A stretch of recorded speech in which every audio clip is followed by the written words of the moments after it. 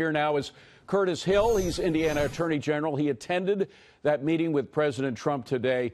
Good to see you, General Hill. Thank you very much for being here. I just want to play for you. I'm sure you heard it yesterday, but it was really the most dramatic point in yesterday's kind of open meeting that the president had, which was about as moving as anything I've seen out of the White House before. Let's just play this. This is the parent of a girl that was killed last week in Florida. Play the tape.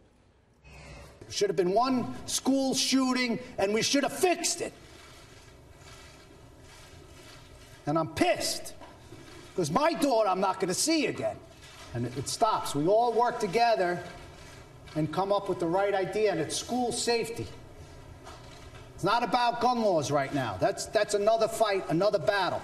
Let's fix the schools, and then you guys can battle it out whatever you want. Now, General Hill, that was more powerful, as I said, than anything I've ever heard out of the White House, and yet it was respectful. People were listening to each other. There wasn't a lot of belittling of each other's positions or shout-downs or anything like that, which we heard at a CNN thing last night. This was this kind of respectful listening and paying attention is where you really get stuff done, right? Well, and my heart goes out to the father and the family. The expression that he had was right on. We need to fix the problem, and we need to stop the debates and the politicizing and address the issue of what it's going to take to actually keep kids as safe as we possibly can. One of the things that's really bothersome is how many clues were missed, not only by the FBI, but even by school security. What we heard today, I don't think it was known until today, is that the school video system in Florida had a 20-minute delay on it, which, of course, was totally useless when most of the shooting took place in the first 10 minutes. Do you know why there was a delay and whether other school systems have the same problem?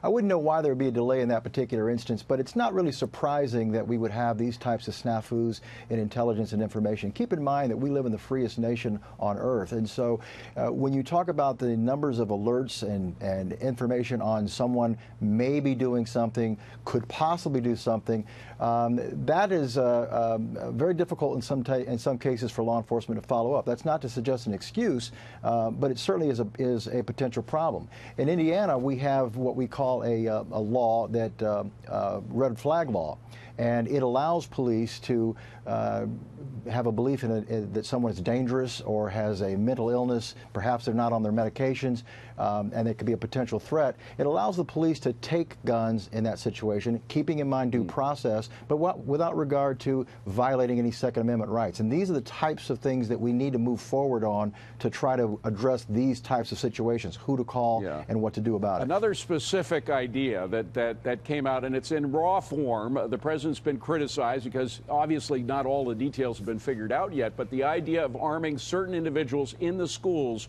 who have experience with guns, who could get more training to do so. What do you think of the idea, and who would pay for it?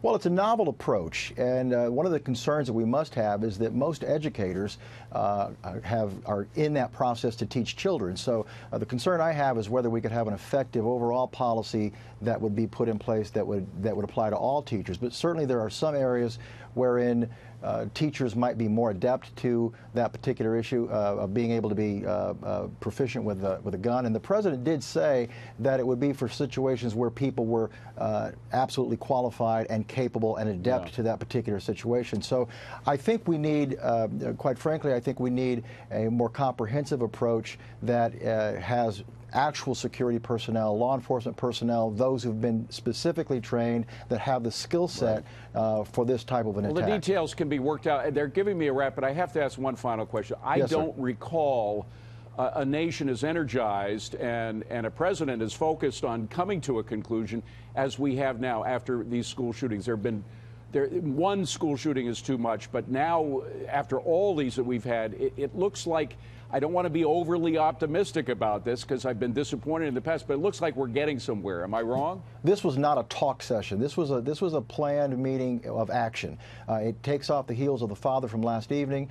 We need to get something done, and this president was very hopeful, and I think everyone in the room was encouraged that we have someone who says, let's get this fixed. We can't wait. Curtis Hill, Indiana Attorney General. Good to see you, sir. Thank you for being here. Appreciate it. Thank you very much.